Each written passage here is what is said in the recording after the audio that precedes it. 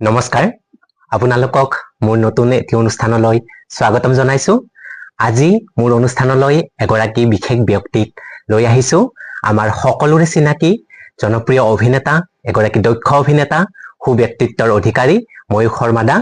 দাদা মোৰ চেনেললৈ আপোনাক স্বাগতম জনাইছো। নমস্কাৰ Vicky, thank you so much তোমাৰ চেনেললৈ মোক মাতি অনাৰ বাবে। I am feeling very privilege. হয়, মোৰো বহুত ভাল লাগিছে আপোনাক আজি পাইছো। খবৰ কেনেকুৱা প্ৰথমতে? ভাল, বৰ্তমান ভাল চলি আছে। হয়, গতিকে আজি ময়ূখ দাৰ জীৱনৰ বহুত কথা জানিবলৈ চেষ্টা কৰিম, লগতে আপোনালোকক জনোৱাম তেখেতৰ ভিচিডি দিনৰ সেই সোণালী যি যাত্ৰা, তাৰপিছত চলচ্চিত্ৰ জগতৰ যাত্ৰা, লগতে তেখেতৰ নাটকৰ যি যাত্ৰা, সেই সকলোবিলাক, লগতে জীৱনৰ ইটো সিটো বহুতো আজি তেখেতৰ মুখৰ পৰা জানিবলৈ চেষ্টা কৰিম। গতিকে আপোনালোকে অনুষ্ঠানটোৰ লগত একদম শেষলৈকে জড়িত হৈ থাকিব বুলি আশা কৰিছো। গতিকে দাদা, প্ৰথমতে আপোনাৰ সেই সোণালী শৈশৱটোলৈ উভতি যাওঁ। শৈশৱৰ দিনবোৰ কেনেকুৱা আছিল? শৈশৱে আপোনাক ৰিঙিয়াই নে এতিয়াও? অকণমান কৈ দিয়ক শৈশৱটোৰ বিষয়ে।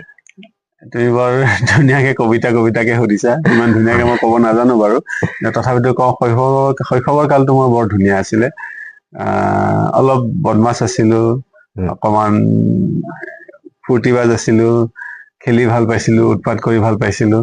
আৰু তেতিয়া একচুৱেলি কি হয়, মানে কোনো জীৱনৰ প্ৰেছাৰ নাছিলে। এতিয়া ভাবো যে সেই শৈশৱৰ দিনবোৰ ইমান ধুনীয়া আছিলে। খালি পঢ়িব লাগে, খেলিব লাগে আৰু জীৱনত আগবাঢ়িব লাগে। হয়তো আমি সেইখিনি ভালকে কৰা নাছিলো, তেতিয়া নুবুজিছিলো, কিন্তু জীৱনৰ যেতিয়া এক্সপিৰিয়েঞ্চ যিমানে লৈ আহি আছো, তেতিয়া খুব ডাঙৰ হবলৈ বিচাৰি আছিলো।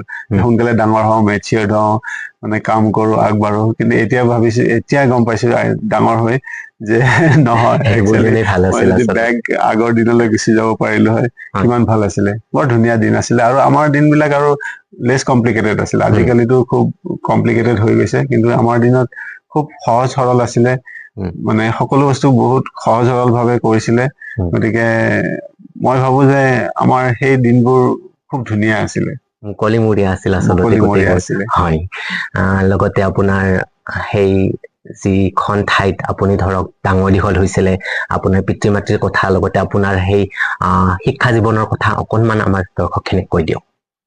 মোৰ মানে আপোনাৰ জীৱনৰ গোটেই থুলমূলকৈ অতীতৰ পৰা বৰ্তমানলৈকে প্ৰতিটো পইণ্ট অলপ অলপকে চুই যাবলৈ আজি চেষ্টা কৰিম। মোৰ শৈশৱত মোৰ জন্ম আচলতে চামতা, নলবাৰী। আৰু জন্মৰ সময়টোত একচুৱেলি মোৰ দেউতা অৰুণাচলত কাম কৰিছিলে। তেখেতে প্ৰফেচাৰ আছিলে। গতিকে মানে প্ৰেগনেঞ্চিৰ সময়ত মাক গাঁৱৰ ঘৰত ৰাখিলে আৰু তাতে মোৰ জন্ম হ'ল।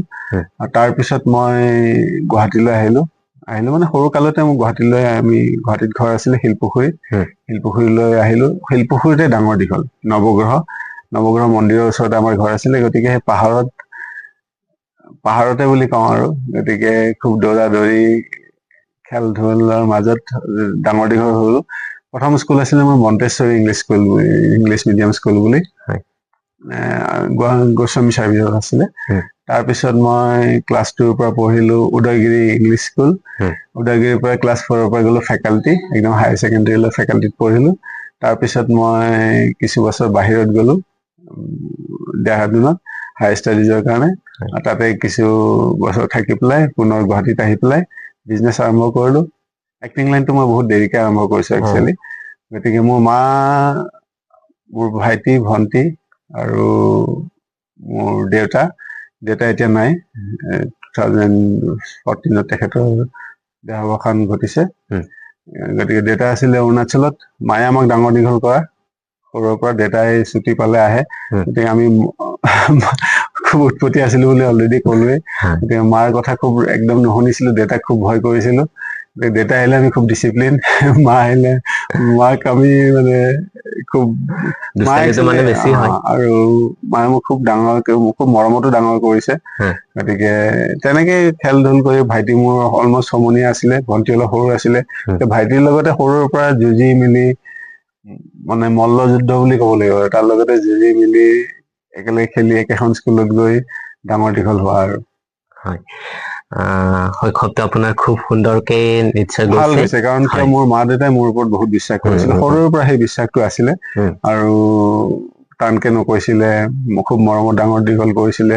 ভুল কৰিলেও শিকাই দিছিলে, ভুলবিলাক মানে শুধৰাই দিছিলে, গতিকে যি কৰিব বিচাৰিছিলো কৰিব দিছিলে। হয়তো সেইটো আমাৰ কিছুমান বস্তু ডিছএডভান্টেজো হয়, যিটো আমি সৰুকালত আমি নুবুজিছিলো, গতিকে ফাইদা লোৱা টাইপ হয়। বহুত কথাত আমি এনেকে ফাইদাও লৈছিলো, কিন্তু সেই ৰেছপনচিবিলিটি যে ৰেছপনচিবল বুলি ভাবিছিলে যে আমাক সৰুকালতে আমাক দায়িত্ববিলাক দিছিলে, সেই ৰেছপনচিবিলিটিৰ কাৰণে আজি মানে জীৱনৰ দায়িত্ব লোৱাত আমাক খুব সহায় কৰিছে। গতিকে সেই বিশ্বাসখিনি আজি একচুৱেলি মানে প্ৰতিফলন হৈছে আমাৰ কেৰেক্টাৰত।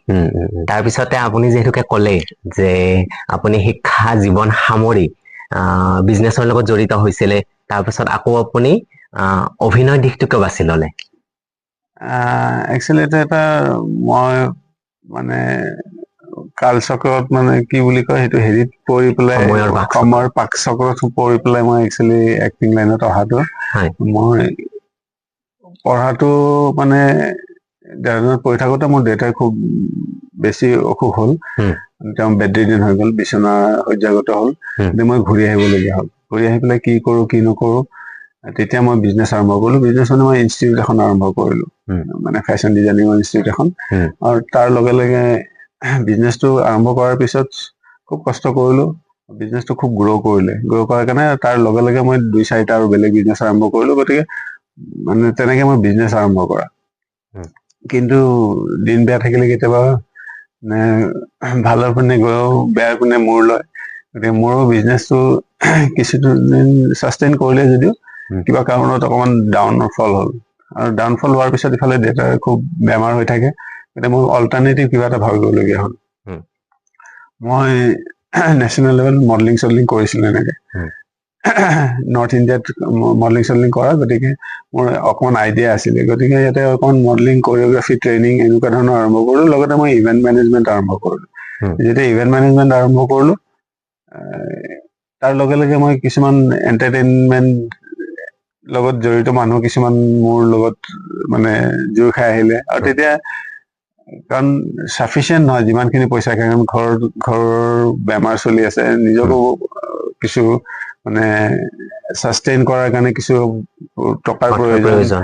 আৰু যিখিনি কৰি আছো মই সেইখিনি ছেটেল নাছিলো তেতিয়া, মানে ফিউচাৰটো মই এইটোৱে কৰি খাম বুলি নহয়। গতিকে এই তেনেকুৱা সময়তে মোৰ মানে চিনাকি মানুহ এজন আছিলে, ডিজাইনাৰ। তেওঁৰ লগত মই কিবা কাম এটাত ৰবীন্দ্ৰ ভৱনলৈ গৈছিলো। মই তেতিয়া বিশেষ এক্টিং বা এইটো লাইনৰ লগত ইণ্টাৰেষ্টো নাছিলো, আৰু মই বিশেষ মানুহক চিনিও নাপাইছিলো, কাৰণ মই কিছু বছৰ বাহিৰত থকাৰ বাবে ৰিনোনখিনি চিনি পাওঁ আৰু মই বিশেষ মানুহ নাজানো।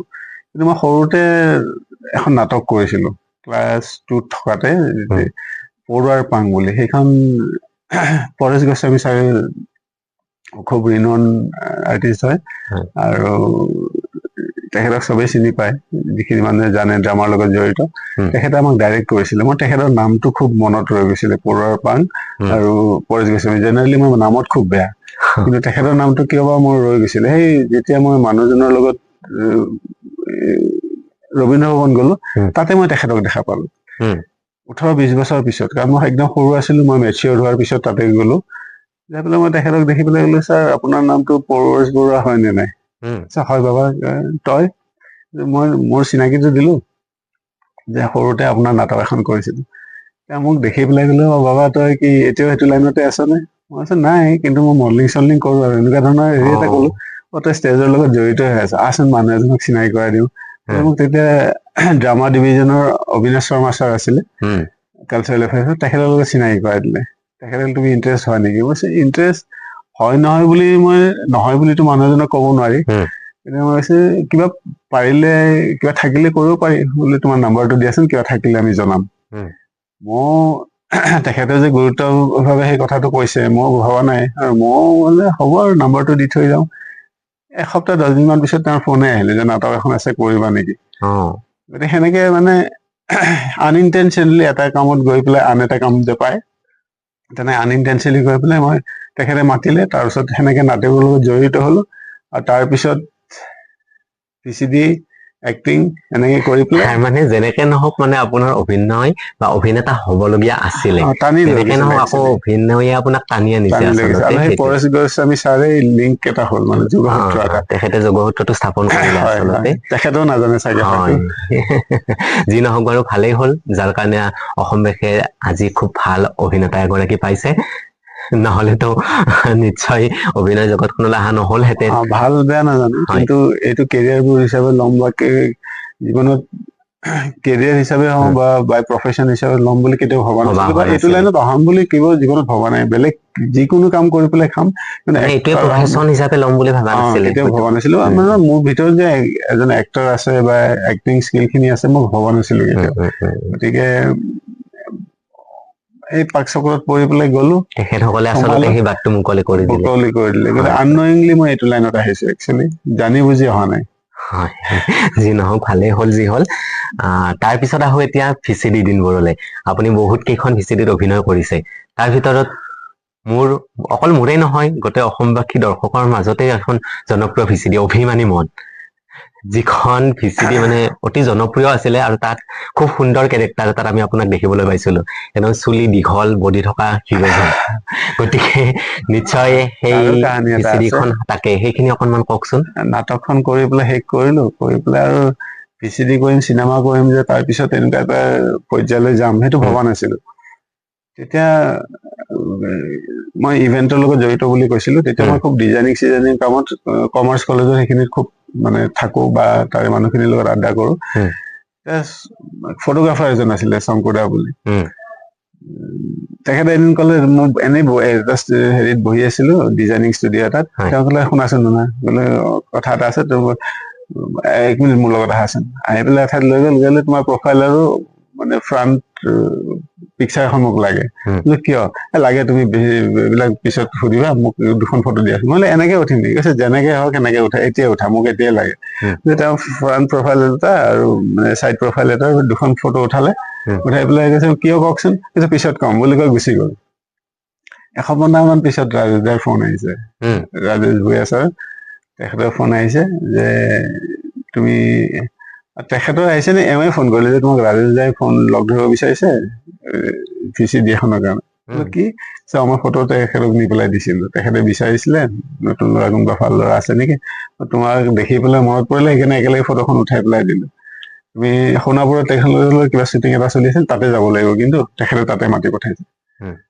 মই এখন ড্ৰামা কৰিলো যেতিয়া অলপ ইণ্টাৰেষ্টেড আছিলে, কিন্তু মোৰ তেতিয়া খুব ইভেন্ট চলি আছিলে। মই বোলো পাৰিম নে নোৱাৰিম সময় মিলাব,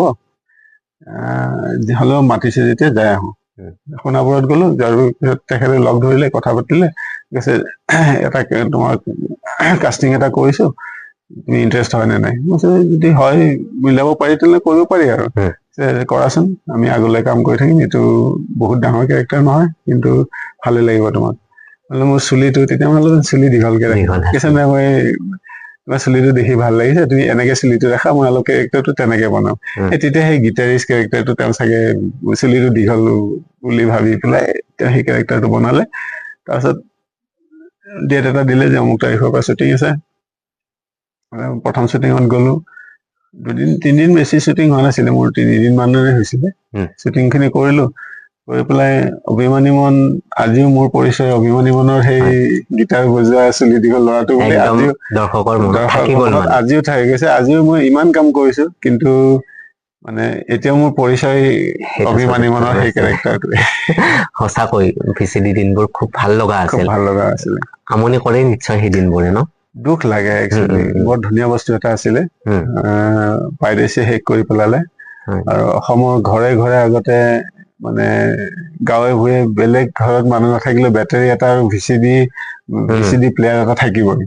আৰু জানমণি, মন চিৰিজ এইবিলাক ওলোৱাৰ কাৰণে মানুহে যেনে বিহুলৈ ৰখি থাকে, তেনেকে মানে উৎসৱ টাইপ এটা চিডি কেইখনৰ কাৰণে ৰৈ থাকে কিনি মানুহখিনি। আনি মানে ঘৰত চোৱাৰ মজাটোৱে মানে সুকীয়া মজাটো আছিলে। বেলেগ। গতিকে মানে খুব ভাল লাগে আৰু বেয়াও লাগে যে পাইৰেচি এই বস্তুটো শেষ কৰি পেলালে।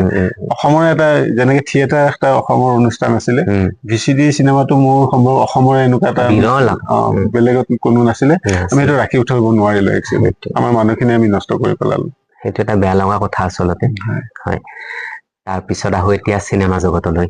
আপুনি বহুত কেইখন চিনেমাত অভিনয় কৰিছে, গতিকে অকণমান আপোনাৰ চিনেমা জগতৰ অভিজ্ঞতাৰ বিষয়ে কৈ ভিচিডি কৰিলে চিনেমাৰ অভিজ্ঞতাটো কেনেকুৱা, বা আপুনি কি কি চিনেমাত বৰ্তমানলৈকে অভিনয় কৰিছে অকণমান কৈ দিয়ক। চিনেমাৰ অভিজ্ঞতাটো আৰু সুকীয়া একচুৱেলি। ভিচিডি কৰিলো, ভিচিডি মানে কি তেতিয়া মই ইভেন্টছ কৰি আছিলো কাৰণে মই মানুহে বহুতে ভাবে অভিমানী মনৰ পিছত তুমি ভালকে ওলাব লাগিছিল, কিন্তু ভালকে কেতিয়াও নোলালা কিয়? কাৰণ তাৰ পিছত মই 3-4 বছৰ মানে ইভেন্টছৰ লগত ডাঙৰ ডাঙৰ ইভেন্টছৰ লগত জড়িত হৈ থাকিলো, কিন্তু মই সময় নাপালো কাৰণে বিশেষ মানে তেতিয়া কৰা নহল। সৰু সুৰা কেৰেক্টাৰ কৰো এদিন দুদিনৰ, কাৰণ মই 15-20 দিন একেলগে সময় দিব নোৱাৰো। সেইকাৰণে অভিনয়টো মোৰ অকণমান বেক হৈ গ'ল, কিন্তু মাজে মাজে মই নাটক কৰি থাকো। তেতিয়া কমিশ্যন মানে ভিচিডিৰ কামখিনি কৰি আপুনি নাটকৰ লগত জড়িত হৈ গ'ল। নাটক অলপ কৰিলো, কেতিয়াবা সৰু সুৰা কেৰেক্টাৰ কৰিলো, তেনেকে মানে দীঘলীয়াকে কেতিয়াবা কিছু লগত জড়িত নহয়, কাৰণ মই ইভেন্টছ বিলাক দীঘলীয়া হয় তাৰমানে। 6 মাহ 1 বছৰ ধৰি লাগিব লাগে, গতিকে মই সময় উলিয়াব নোৱাৰো। গতিকে বহুত অফাৰ আহিছিলে অভিমানী মনৰ পিছত, মানে এজ এ লিডো বহুত আহিছিলে, কিন্তু মই তেতিয়া গ্ৰেব কৰিব নোৱাৰিলো। আৰু এতিয়া আফচোচ লাগে বাৰু, কাৰণ তেতিয়া কৰিলে এতিয়া হয়তো পজিশ্যনটো আৰু বেলেগ হ'ল হয়। সেই মেইন টাইমটো সেইখিনি সময়তে কমিশ্যনৰ খুব কাম আহিছিলে, গতিকে কিছুমান কমিশ্যনৰ কাম কৰিছিলো। তেতিয়া মৃদুল গুপ্তা ছাৰৰ লগত মই কমিশ্যনৰ কাম এটা নগাঁৱত কৰিছিলো। 4-5 দিনৰ কাম এটা আছিলে, তাতে তেওঁ দেখিলে।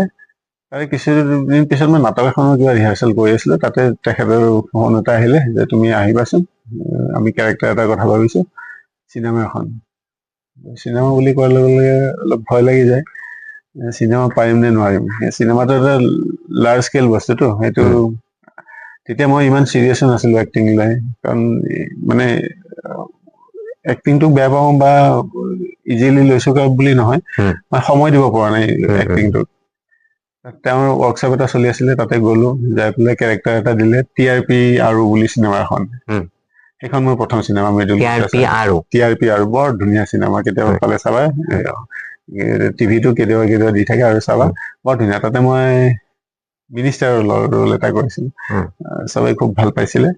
সেনেকে প্ৰথম, তাৰপিছত আৰু বহু কেইখন চিনেমা কৰিলো। তাৰ ভাল লগাৰ ভিতৰত TRP খন মোৰ খুব মানে প্ৰথম হিচাপত খুব ভাল লগা চিনেমা। অন্তৰীণখন মোৰ খুব ভাল লগা চিনেমা, সেইখন নেশ্যনেল লেভেলত বহুত হেৰি কৰিছে। আৰু সেই কেৰেক্টাৰটো, অন্তৰীণৰ কেৰেক্টাৰটোৱে মোক মানে জীৱনত বহুত কাম দিছে। যেনে অভিমানী মনৰ কেৰেক্টাৰটোৱে ঠিক সেনেকে চিনেমা লাইনত অন্তৰীণৰ কেৰেক্টাৰটোৱে মোক সহায় কৰিছে। প্ৰভাৱ এটা পেলাইছিলে, যিটো প্ৰভাৱ চৰিত্ৰৰ যিটো প্ৰভাৱ। তাতে মাজতে লিংকটোৰ কাৰণে কথা এটা ক'ব লাগিব। মই 15ৰ পৰা আৰু এক্টিং বাদ দিছিলো, 8 বছৰৰ পিছত মই এতিয়া সোমাইছো। এতিয়া যিখিনি কাম পাই আছো, সেইখিনি চিনেমা এতিয়া যিখিনি পাইছো, সেই কেৰেক্টাৰটো বেছিছত, মানে তেতিয়া চাই থৈ দিয়া কেৰেক্টাৰ বোলে, সেই কেৰেক্টাৰটোৰ ৰেফাৰেঞ্চত মই এতিয়া বহুত কাম পাই আছো। আৰু এই 8 বছৰতো মোৰ বহুত কাম আহিছিলে, সেই কেৰেক্টাৰটো ৰেফাৰেঞ্চত আহিছিলে, যে ভাল কৰিছা বা মানে ভাল লাগিছিলে। 8 বছৰত মোৰ বহুত কাম আহিছিলে, কিন্তু 8 বছৰ মই একোৱে কাম নকৰিলো, মই পাৰ্চনেল কামত এৰি থৈ দিছিলো। কিন্তু এতিয়াও মোৰ মানে ৰেফাৰেঞ্চ দিলে চিনেমা, তুমি অন্তৰণৰ সেই কেৰেক্টাৰটো ন, সেইটো হিচাপত এতিয়াও মোৰ এতিয়াও কাষ্টিং সেইটো বেচিছত এতিয়াও মোৰ কাষ্টিং হয় মানে। সেয়াই আচলতে চৰিত্ৰৰ প্ৰভাৱ, একোটা চৰিত্ৰ যেতিয়া প্ৰাণৱন্ত হৈ উঠে দৰ্শকৰ হৃদয়ত, সেইটোৱে। চিনেমাৰ কথা ওলোৱাৰ লগে লগে আৰু এটা কথা সুধো আপোনাক, আমাৰ বৰ্তমান প্ৰেক্ষাপটত মানে ধৰক অসমীয়া চিনেমাৰ যিটো অৱস্থা বুলিয়ে কৈছো, কেনেকুৱা বুলি আপুনি ভাবে? মানে অসমীয়া চিনেমাই যিটো এটা পৰ্যায় পাব লাগিছিলে, বা যিটো ইয়াৰ গতি, সেইটো এটা নিৰ্দিষ্ট পৰ্যায় পাইছে বুলি আপুনি ভাবেনে? বা অসমীয়া চিনেমাৰ অতীত, বৰ্তমান আৰু ভৱিষ্যত সম্পৰ্কে আপুনি কি ক'ব? অতীতটোতো বিৰাট ভাল আছিলে, কাৰণ আমি দেখোতে, আমি যেতিয়া সৰু আছিলো, মা দেউতাহঁতে আমাক চিনেমা হলত আমাক লগত লৈ যায় চিনেমাবোৰ চাই। আমি দেখিছো এতিয়া ডক্টৰ বেজবৰুৱা হওক বা তেতিয়াৰ দিনৰ চিনেমাবোৰ, এডপাৰ হিন্দী ফিল্ম আছিলে, হিন্দী ফিল্মৰ যিটো ধাৰা চলি আছিলে, এডপাৰ আছিলে। কিন্তু আমি তাৰ পিছত ভাবো আমি অলপ পিছুৱাই গৈ থাকিলো। মাজে মাজে ভাল ফিল্ম আহিছে, ভাল চিনেমা আহিছে, ধাৰাটো ধৰি ৰাখিছে। কিছু বছৰ ধৰি ৰাখিলে, তাৰ পিছত আৰু আমি তলৰ ফালে যাওঁ, আৰু কিছুমান ভাল চিনেমা 2-এখনে উঠাই পেলাই, আৰু মানে কি হয় ইয়াতে, মই ভাবো প্ৰডাকশ্যন লেভেলটোতে কিবা প্ৰব্লেম আছে, নে আৰ্টিষ্টিকেলি কিবা প্ৰব্লেম আছে নাজানো, বা স্ক্ৰিপ্টতে কিবা প্ৰব্লেম এটা আছে, মানে সেই ষ্টেণ্ডাৰ্ডটো মেইনটেইন হোৱা নাই। সঠিক পাব্লিচিটিটো পোৱা নাই বুলি আপুনি ভাবে নেকি অসমত পাব্লিচিটি মানে বৰ্তমান অসমত মই প্ৰেক্ষাপটত? মই মই ভবাত আৰু পাব্লিচিটি কাৰণ কিয় আপোনাৰ বহুত ভাল ভাল চিনেমা, এতিয়া ধৰক আপোনাৰ এখন হেৰুৱা চন্দ্ৰ খুব ভাল চিনেমা এখন মাজতে উলিয়াইছো আৰু কথাটো ওলাই গৈছিল, যিখনত আপুনিও অভিনয় কৰিছিল, কিন্তু জানু বৰুৱা চিনেমাখন ছাৰৰ হয় খুব ভাল চিনেমা আছিলে, গতিকে চিনেমাখন নচলিল ধৰক, যি ধৰণে দৰ্শক আহিব লাগিছিলে হললে, গতিকে এনেকুৱা সেইখনৰ কিবা কাৰণ ক্ষেত্ৰত মই বুলি আপুনি সেইখনৰ ভাবে নেকি? ক্ষেত্ৰত মই নিশ্চয় কওঁ যে আমাৰ হয় অকমান পাব্লিচিটিত প্ৰব্লেম হৈছিলে, কিছু পাব্লিচিটিৰ কাৰণে আমাৰ চিনেমাখন হয়তো, কাৰণ মানে 99% মানুহ এতিয়ালৈ বেয়া পোৱা মানুহ কোনোৱে নাই, আৰু হয় জানু বৰুৱা ছাৰ স্পেচিয়েলি জানু বৰুৱা ছাৰৰ চিনেমাৰ কাৰণে চবে ৰৈ থাকে, আৰু চিনেমাখনৰ ষ্টেণ্ডাৰ্ড, চিনেমাখনৰ কাহিনী, মানে প্ৰেজেন্টেশন ইমান ধুনীয়া আছিলে, গোটেইখিনি বস্তু ইমান কমপ্লিট পেকেজ এটা তাতে জানু ছাৰৰ চিনেমা এখন, কিন্তু নচলিলে কাৰণ পাব্লিচিটি খুব কম হ'ল। বহুত দৰ্শকে গমেই নাপালে আচলতে। কিন্তু মই তাতেও এটা কণ্ট্ৰাডিক্ট কৰিম, পাব্লিচিটি হলে অসমত নচলে, পাব্লিচিটিৰ লগত ভাল চিনেমা হ'ব লাগিব। হয় গতিকে মানুহে যিটো word to word, mouth to mouth publicity যিটো বুলি কয়, গতিকে পাব্লিচিটি একচুৱেলি আমি হেৰুৱা চন্দ্ৰৰ মানুহ আগতে পাব্লিচিটি কৰি পেলাই চবৰে মুখে মুখে দিব লাগিব যে এনেকুৱা চিনেমাখন আহি আছে, তাৰপিছত মানুহে দুই এটাই চাব, সিহঁতে ভাল বুলিলেহে আৰু বেলেগ মানুহে চাব। গতিকে অসমৰ পাব্লিচিটিটো, মেইন পাব্লিচিটিটো আগতে যিমানেই নকৰা, আল্টিমেটলি ৱৰ্ড অফ মাউথত, মুখে মুখে প্ৰচাৰটোত চিনেমা হিট হয়। অসমত মই সেই বস্তুটো দেখিছো, মই ভাবো আৰু দেই, পাৰ্চনেলি নহ'বও পাৰে, কিন্তু কথাটো হ'ল পাব্লিচিটিত চবেই গম পায়, তাৰপিছত যেতিয়া মানুহে ক'ব যে এই ভাল হৈছে দেই, ভাল হৈছে দেই, ভাল হৈছে, যেতিয়া সেই প্ৰচাৰটো হ'ব, তেতিয়া চব মানুহে ওলাই যায় চাবলৈ। অকল পাব্লিচিটিয়ে নহয়, এই দুইটা পাব্লিচিটি বৰ দৰকাৰ অসমত। লাগিব, সেইটো হয় অৱশ্যে। জানু বৰুৱা চিনেমাখন পাব্লিচিটি খুব কম আছিল, কিন্তু বাকী যিখিনি চলিলে সেই ৱৰ্ড অফ মাউথত চলিলে, মানুহে চাই ভাল পালে, চাবা দেই বৰ ধুনীয়া, চাবা দেই বৰ ধুনীয়া, সেইখিনিতহে চলিলে। গতিকে দুই ধৰণৰ পাব্লিচিটি, দুইটা পাব্লিচিটি বৰ ইম্পৰ্টেণ্ট। সেইটো হয়, খুব সুন্দৰ কথা কৈছে আচলতে এইটো। এতিয়া তাৰ পিছতে আপুনি অভিনয় যাত্ৰা, আপোনাৰ যি সোণালী যাত্ৰা বুলিয়ে কৈছো, বহুত কেইবছৰ যিহেতুকে আপুনি অভিনয়ৰ লগত জড়িত হৈ আছে, গতিকে আপুনি বহু গণ্যমান্য ব্যক্তিক এই জগতখনত আপুনি লগ পাইছে, বহুতৰে সান্নিধ্য লাভ কৰিছে, গতিকে আপোনাৰ অভিনয় জীৱনত বিশেষভাৱে প্ৰভাৱ বিস্তাৰ কৰা এনেকুৱা যদি ব্যক্তিৰ কথা সোধা হয়, আপুনি কাৰ নাম ল'ব, যিয়ে আপোনাক সদায় অনুপ্ৰাণিত কৰি আহিছে অভিনয় ক্ষেত্ৰখনত বা আপোনাৰ জীৱন পথত আগবাঢ়ি যোৱাৰ কাৰণে? তেনেকুৱা বহুত মানুহ আছে একচুৱেলি, মানে মই এজন বুলি ক'ব নোৱাৰিম, কাৰণ মোৰ লগত যিখিনি সংস্পৰ্শত আহে, যিখিনি মানুহ আহে, এইটো মোৰ নিজৰ মানে এটা ৰিলেশ্যনশ্বিপ গঢ়াত এটা মোৰ ফালৰ পৰা এটা হেৰি থাকে, আৰু সেই মানুহটোৰ পৰা থাকে, গতিকে মোক একচুৱেলি চব মানুহে খুব হেল্প কৰিছে লাইফত। মই সেইকাৰণে কাকো বিশেষ নাম ল'ব নোৱাৰো, মানে কাকো এৰিব নোৱাৰো নাম, গতিকে যিখিনি মোৰ সংস্পৰ্শত আহিছে এইটো লাইনত, গোটেইখিনিয়ে হেৰি কৰিছে, আৰু মোৰ এটা কেৰেক্টাৰ এটা আছে, ভাল বুলিও ক'ব লাগিব, বা মই নিজকে এইটো বেয়া বুলি কওঁ, মই মানে মানুহৰ কমিউনিকেশ্যনত খুব কম থাকো। মানুহক ফোন এটা কৰা, বা এইটো হয়, মানে মোকো যোনে ধৰা, মোৰ 4টা ল'ৰা, চাপোজ মই ইভেন্টত 4টা ল'ৰাই কাম কৰিলো, যোনে মোক ফোন কৰি থাকে, মই তাক সদায় প্ৰিফাৰেঞ্চটো বেছি দিওঁ, সি তেল মৰা বুলিয়ে নহয়, প্ৰিফাৰেঞ্চটো বেছি দিওঁ। গতিকে মোৰ সেই মানে মানুহৰ লগত খুব কম কমিউনিকেশ্যন থকা যায়, গতিকে সেইকাৰণে মই ভাবো মোৰ মানে মানুহৰ হেৰিটো কম অকমান, মানে মোৰ নিজৰ মাৰ্কেটিংটো কম, কিন্তু যিখিনি মানুহৰ লগত মোৰ ভাল, এবাৰ টাচত আহো, সেইখিনি মানুহৰ লগত মোৰ ৰিপিট হয়। নতুন মানুহৰ লগত খুব কম কাম হয়, পুৰণা মানুহখিনিৰ লগত ৰিপিট হয়, কাৰণ ৰিলেশ্যনশ্বিপ এটা বিল্ড হয়। গতিকে গোটেইখিনি মানুহৰ লগতে মোৰ কাম হৈছে, কিন্তু তথাপিতো মই দুজন মানুহৰ নাম ল'বই লাগিব। এজন হ'ল অবিনাশ শৰ্মা ছাৰ, মই সিমান টাচত নাই এতিয়া বৰ্তমান, কিন্তু তথাপিতো তেখেতে মোক বহুত চাপোৰ্ট কৰিছে, কাৰণ যদিও মই বৰ ধুনীয়াকে ইজিলি কলো যে নাটকত মাতিলে, নাটকখন কৰিলো, আৰু মোৰ কেৰিয়াৰটো আৰম্ভ, কিন্তু নাটক মই কৰিব পৰা নাছিলো। মোৰ তেতিয়া অকমান অসমীয়াটোতো অকমান প্ৰব্লেম আছিলে, এক্টিংটোতো প্ৰব্লেম আছিলে, আৰু নাটকখন চব মানে বিশিষ্ট মানে অভিজ্ঞ মানুহখিনিয়ে কৰি আছিলে, আৰু অলৰেডি সম্পূৰ্ণ নাটক এখন, মানে 20-25 দিন পিছত মোৰ কেৰেক্টাৰ এটা মানে তাতে ইনক্লুড হৈছিলে, কাৰণ হঠাৎ ইনক্লুড হৈছিলে, বেলেগ এজন মানুহ ৰিপ্লেচ কৰাৰ কাৰণে। এতিয়া বাকীবিলাক চব অভ্যস্ত হৈ আছিলে, মানে স্ক্ৰিপ্টখন লৈ পেলাই, গতিকে তাতে মই ঘপককে সোমাই পেলাই কৰাটো বহুত ডাঙৰ কথা আছিলে, আৰু চবৰে মোৰ ওপৰত বিশ্বাসটো হেৰাই গৈছিলে, মানে একদম নোৱাৰিছিলো, মানে নাৰ্ভাছ হৈ গৈছিলো, ষ্টেজ লোৱা, লাইট লোৱা, একো, কিন্তু এজন মানুহে মোৰ ওপৰত বিশ্বাস কৰিছিলে, সেইজন অভিনেশ্বৰ, যে পাৰিব, পাৰিব, শেষৰ দিনলৈ পাৰিব, আৰু ষ্টেজত আনকি ষ্টেজ ৰিহাৰ্চেলতো মোৰ মানে কমপ্লিটলি মানে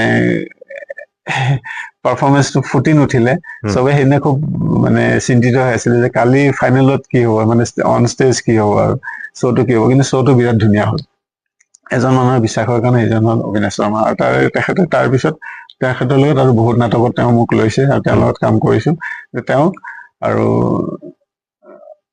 মানে হেৰি কৰিব লাগিব ৰাজেশ ভূঞা ছাৰকো মই মানে নাম ল'ব লাগিব এইকাৰণে কাৰণ তেখেতে প্ৰথম মোৰ ওপৰত বিশ্বাস কৰি পেলাই ভিচিডিত লৈছিলে আৰু তাতেও তেনেকুৱা আছিলে প্ৰথম মানে যদিও দেখাত চিডিখন বৰ ধুনীয়াকে ওলাই গৈছে খুব এনজি চেনজি খাইছিলো প্ৰথম অৱস্থাত খুব নাৰ্ভাছ হৈছিলো মানে এনেকুৱা লাগিছিলে নকৰো এইবিলাক কাম মানে নোৱাৰি আৰু মোৰ দ্বাৰাই নহব তেখেতে মোৰ ওপৰত বিশ্বাস দিছিলে যে তুমি পাৰিবা সেই পাৰিবাটোৱে আজি যিখিনি কৰিছো বাৰু এই ময়ূক শৰ্মা আজি এই দুজন মানুহৰ মোৰ ওপৰত বহুত অৰিহণা আছে বাকী এই জাৰ্ণিটোত যিমান মানুহ পাইছো চবে মোক হেল্প কৰিছে আৰু চবৰ পৰা মই শিকিছো গতিকে আজি ময়ূক শৰ্মা এইকাৰণে যে চবৰে কণ্ট্ৰিবিউশ্যন মোৰ তাত আছে সেইটো হয় অৱশ্যে আৰু এটা কথা ব্যক্তি বিশেষৰ জীৱনত বহুত উত্থান পতন বিভিন্ন দিশ থাকে গতিকে অভিনেতা ময়ূক শৰ্মাৰ জীৱনত কেতিয়াবা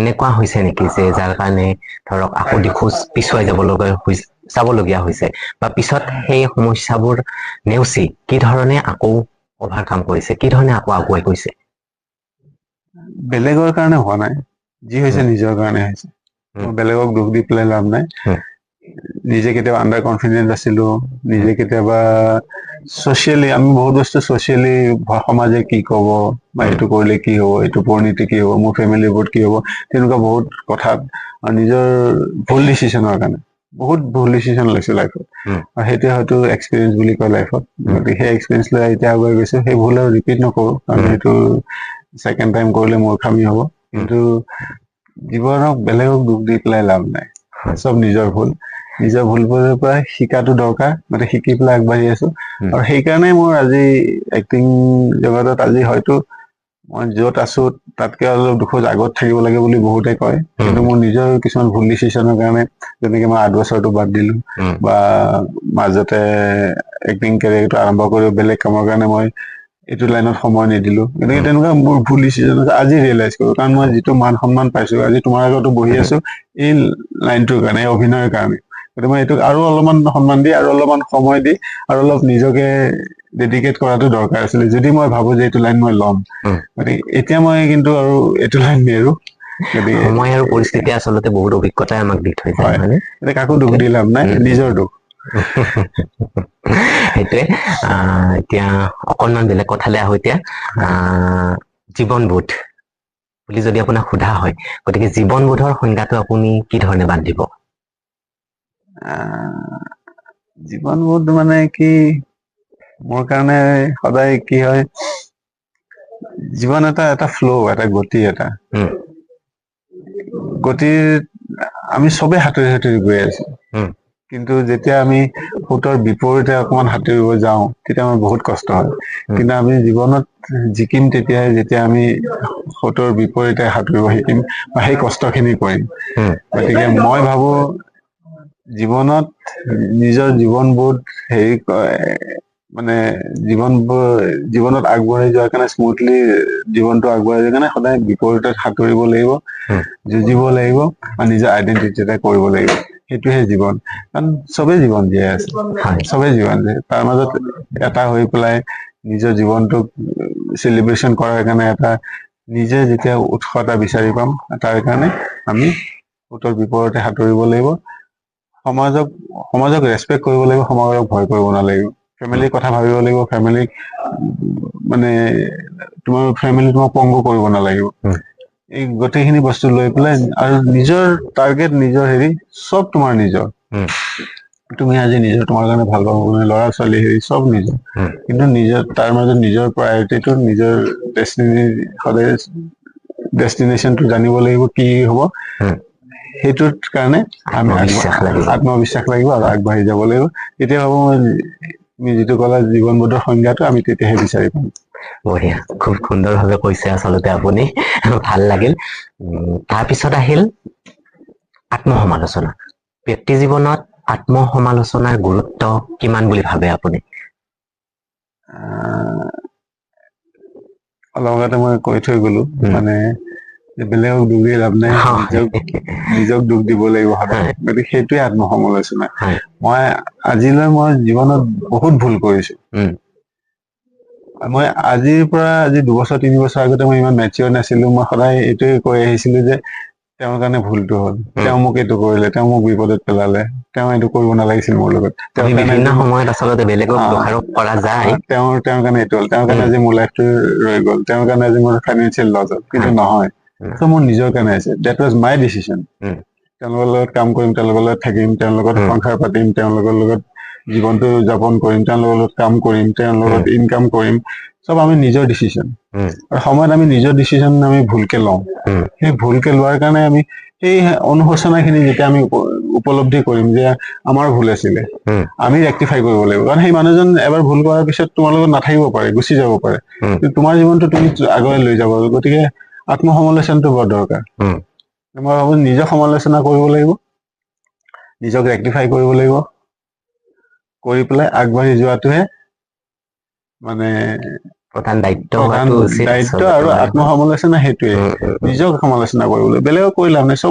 চবৰে চিন্তাধাৰা বেলেগ, চবৰে এক্সপিৰিয়েঞ্চ বেলেগ, বেলেগ বেকগ্ৰাউণ্ডত ডাঙৰ দীঘল হৈছে, বেলেগ ফ্ৰেণ্ড চাৰ্কেল পাইছে, বেলেগ উম, এডুকেশ্যন পাইছে, ফেমিলি বেকগ্ৰাউণ্ড বেলেগ, চবৰে চিন্তাধাৰাবিলাক বেলেগ। উম, তুমি বেলেগৰ চিন্তাধাৰা তুমি এটা হৈ পেলাই আগবাঢ়িব নোৱাৰা, কেতিয়াও নিমিলে। কেতিয়াও আগবাঢ়িব উম, নোৱাৰা। উম, গতিকে তোমাৰ যদি নিজৰ ক'ত ভুল হৈছে, ক'ত উজুতি খাইছা, উম, নিজৰ কাৰণে খাইছা। উম, শিলটোক দুখ দি পেলাই লাভ নাই, লাভ নাই। তুমি শিলটোৰ ফালে চোৱা নাছিলা। হয়, সেইটোৱে আচলতে প্ৰধান কথা।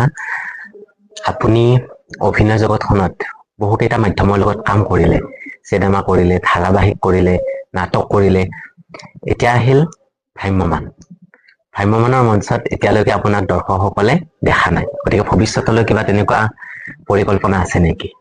মই বহুতটা মাধ্যমতে কাম কৰিলো, হয়, আৰু মাজতে 8 বছৰ এটা গেপ দিয়াৰ কাৰণে মোৰ ভালো হৈছে, বেয়া হৈছে। উম, বহুত বস্তু, বহুত টেকনলজিকেলি বা হেৰিকেলি বহুত বস্তু চেঞ্জ হৈছে। উম, ভ্ৰাম্যমানত মোক নমতা নহয়। মই 11 চনত প্ৰথম মাতিছিলে কমিউনিটি অ', থিয়েটাৰে। মই একদম শেষ লাষ্ট মমেন্টত মই মানে নিজক ভাবিবলৈ আৰু অকমান নিজে প্ৰিপেয়াৰ হৈ যোৱাটো ভাল। অলপ আৰু জীৱনৰ কিবা বেলেগ নিজৰ প্লেনো আছিলে। উম, সেইকাৰণে 11 চনত মই লাষ্টত মানে হেৰি কৰিলো যে ডিচিশ্যন এটা ললো, নাযাও নেকি। উম, তাৰপিছত 12তো মাতিলে মোক, কিন্তু 12ত মই নিজৰ ফেমিলি কিছুমান প্ৰব্লেমৰ কাৰণে নগলো। উম, 13ত নাযাওঁ বুলিয়ে ধৰিলো। 14ত মাতিছিলে মোক, কিন্তু 14ত মোৰ এক্সিডেন্ট এটা হ'ল, তাৰপিছত নগলো। আৰু 15ৰ পৰা মই লাইনটো এৰিলো। উম, জীৱনত ভ্ৰাম্যমান থিয়েটাৰত যোৱাৰ খুব মন আছিলে। হয়, মন আছিল মানে এই কাৰণে নহয় যে তাতে পইচাটো পাম, ফাইনেন্সিয়েলিও এটা চিকিউৰ্ড হয়। পইচাটোৰ কথা আৰু এনেকুৱা এটা ইউনিক কালচাৰ য'ত পৃথিৱীত কতোৱে নাই, সেইটোৰ লগত তুমি জড়িত হৈ পেলাই জীৱনত, তাৰে যে জীৱনত এটা পাৰ্ট হলো মই, উম, সেইটো এটা প্ৰাউড ফিল কৰা কথাটো। গোটেই বিশ্বত বিৰল ভ্ৰাম্যমাণ বস্তু থিয়েটাৰ এটা। গতিকে হয়। সেইটোৰ লগত মোৰ জড়িত হোৱাৰ খুব ইচ্ছা আছিলে। উম, মই নাজানো তাৰ কিমান যোগ্য মই, উম, কিন্তু ইচ্ছা বহুত আছিলে। কিন্তু গতিকে তেতিয়া হ'ব নোৱাৰিলো। এই 3-4 বছৰ মাতিলে, কিন্তু মই তেতিয়া যোৱা নহলো। নহ'ল। তাৰপিছত উম, মই লাইনটো এৰিম বুলি ভবা নাছিলো। উম, এতিয়া বেক হৈছো যেতিয়া, এতিয়া আৰু মই বেক হৈছে মানে মোৰ লাইফটো এক্টিং লাইনত বহুত বেক হৈ গৈছে। এতিয়া মানুহে সেই আগৰ মানে হেৰি খিনিও নাই, উম, যিখিনি মোৰ হেৰি আছিলে, মানে এক্টাৰ হিচাপে যিখিনি পাইছিলো, সেইখিনিও কিছুমান হেৰুৱাবলগীয়া হ'ল গেপটোৰ কাৰণে। উম, এতিয়া আৰু নিজৰ ৰিবিল্ড কৰি আছো, আৰু নিজকে মানে এগেইন সেই এটা পৰ্যায়লৈ পৰ্যায়লৈ কাৰণে। নিয়াৰ কাৰণে চেষ্টা কৰি আছো। উম, গতিকে ভৱিষ্যতে যদি আহে, উম, সুযোগ এটা পাওঁ, উম, নিশ্চয় যাম। কাৰণ মানে খুব শ্ৰদ্ধাৰ বস্তু। মানুহে বহুত কিবা কিবি ক'ব পাৰে, উম, কিন্তু খুব শ্ৰদ্ধাৰ বস্তু, উম, খুব ভাল লগা বস্তু, আৰু বিৰল বস্তু। উম, গতিকে তাৰ লগত মই এবাৰ হলেও জড়িত হব পাৰিলে মই খুব সুখী হম। নিশ্চয় অতি সোনকালে দেখিবলৈ পাম বুলি চাম আশা কৰিলো। চাম এতিয়া একদম সৰু সৰু কেইটামান প্ৰশ্ন সুধিম, আপুনি যিমান পাৰে একদম এটা শব্দত উত্তৰ দিয়াৰ কাৰণে চেষ্টা কৰিব। আপোনাৰ মতে ময়ূক শৰ্মা কোন?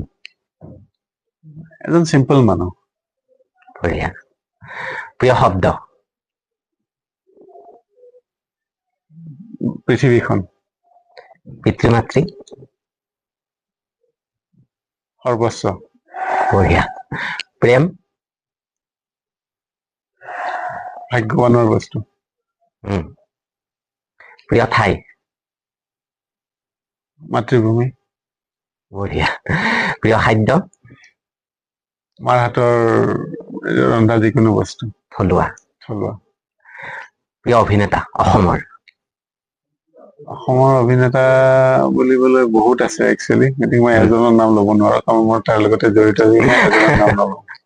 এই উত্তৰটো আপুনি জানিছিলো মই একদম বুদ্ধিমত্তাৰে দিব বুলি।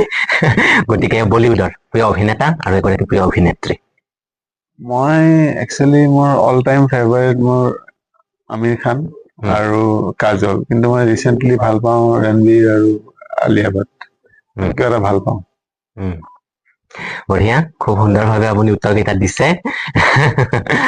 তাৰপিছত এতিয়া আহিল আপোনাৰ আগন্তুক পৰিকল্পনা, কেনেকুৱা কাম হাতত লৈ থোৱা আছে?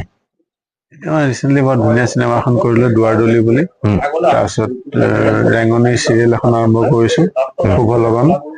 আৰু 3-4খন চিনেমাৰ কথা চলি আছে, মানে পাইপলাইনত আছে। সেইকেইখন চিনেমা কৰিম। আৰু ৰঙতো চিৰিয়েল এখনৰ কথা আৰম্ভ হৈছে।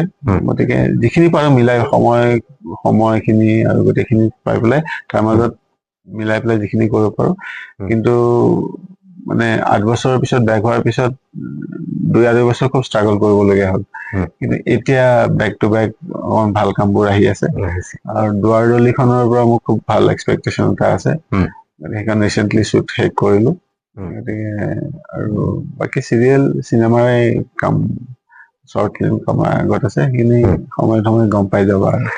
বঢ়িয়া। এনেকে আপুনি অভিনয় ক্ষেত্ৰখনত লগতে আপোনাৰ ব্যক্তিগত জীৱনত সুন্দৰভাৱে আগবাঢ়ি গৈ থাকক। আপুনি আৰু বহুত দূৰ আগুৱাই যাওক, তাকে কামনা কৰিছো। খুব ভাল লাগিল কথা পাতি। কিমান উলিয়াব পাৰিছো নাজানো, তথাপি চেষ্টা কৰিছো। গতিকে আপোনাৰ কেনেকুৱা লাগিল অকনমান দৰ্শকসকলক কৈ দিয়ক। খুব ভাল লাগিলে। বিকিৰ লগত মোৰ আগৰ পৰা খুব ভাল। আশা কৰো তাৰ চেনেলটো খুব আগবাঢ়িব। তেওঁ মোক মানে যেনেকে প্ৰে কৰিলে মইও প্ৰে কৰো যে তাৰ চেনেলটো খুব আগবাঢ়ি যাওক আৰু আপোনালোকে দৰ্শকে খুব আঁকোৱালি লওক বৰ ধুনীয়াকে। মোৰ ফালৰ পৰা আপোনালৈ মৰমৰ এটি উপহাৰ। থেংক ইউ ছ মাচ। কিতাপ পঢ়ি ভাল পাই নিশ্চয়? ভাল পাওঁ। হয়, থেংক ইউ গতিকে ছ মাচ। কিতাপ দিছো একদম উপহাৰ হিচাপে পঢ়িব। থেংক ইউ ছ মাচ। ঠিক আছে, থেংক ইউ। নমস্কাৰ।